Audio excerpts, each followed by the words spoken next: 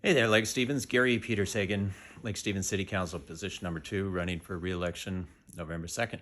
Hopefully it'll get your vote here in a couple of days. So with that, just offering some commentary on some videos that are being circulated around the internet regarding Lake Stevens and development and things of that sort as to why the city just simply doesn't put together all these development agreements for these developments that are under construction in the city of Lake Stevens and require them to do all sorts of improvements throughout the city to make up for our deficits and so forth. So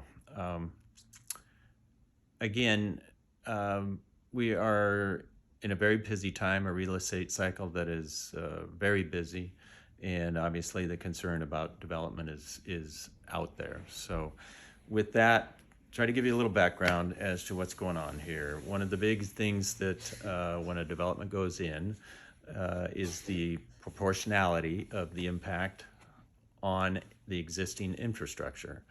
And kind of the connection, or the legal term for that, is Nexus. And when a new development goes in, say a 20 lot or a 50 lot or whatever goes in, there needs to be a connection proportionally to the impacts that are being caused. We try to offset those through the use of mitigation fees.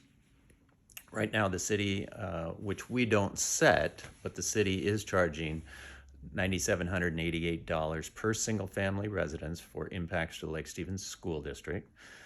We have about $4,500 for park impacts per single family residence. And depending on the zone or the area where you're in, the city does charge about $37 to, I think it's about $4,100. Could be off a little bit on those numbers per single family residence for impacts to the system, meaning the street system or the park system, to again kind of take care of that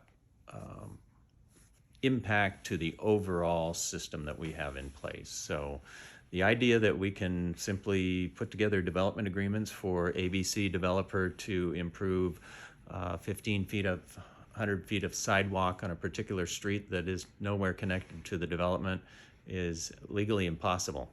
There is no connection or nexus to that development with that improvement. So we do require frontage improvements. If a property is on a corner of an existing street, you'll see frontage improvements that wrap around that particular development, as well as impacts, or excuse me, improvements that are within the development.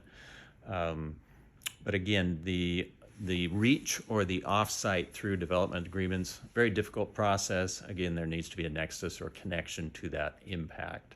And that is why you don't see the city undertaking a lot of those. I can tell you in my experience in Marysville, Mill Creek, Arlington, Snohomish County, development agreements are few and far between, typically reserved for very big projects because the impact is widespread. So hopefully that clarifies a little bit regarding the development agreement nomenclature that's floating around out there and why that can't be the panacea for all our problems here in Lake Stevens. So with that, my name is Gary Petershagen, running for City Council, position number 2. Hopefully we'll get your vote. Thank you very much.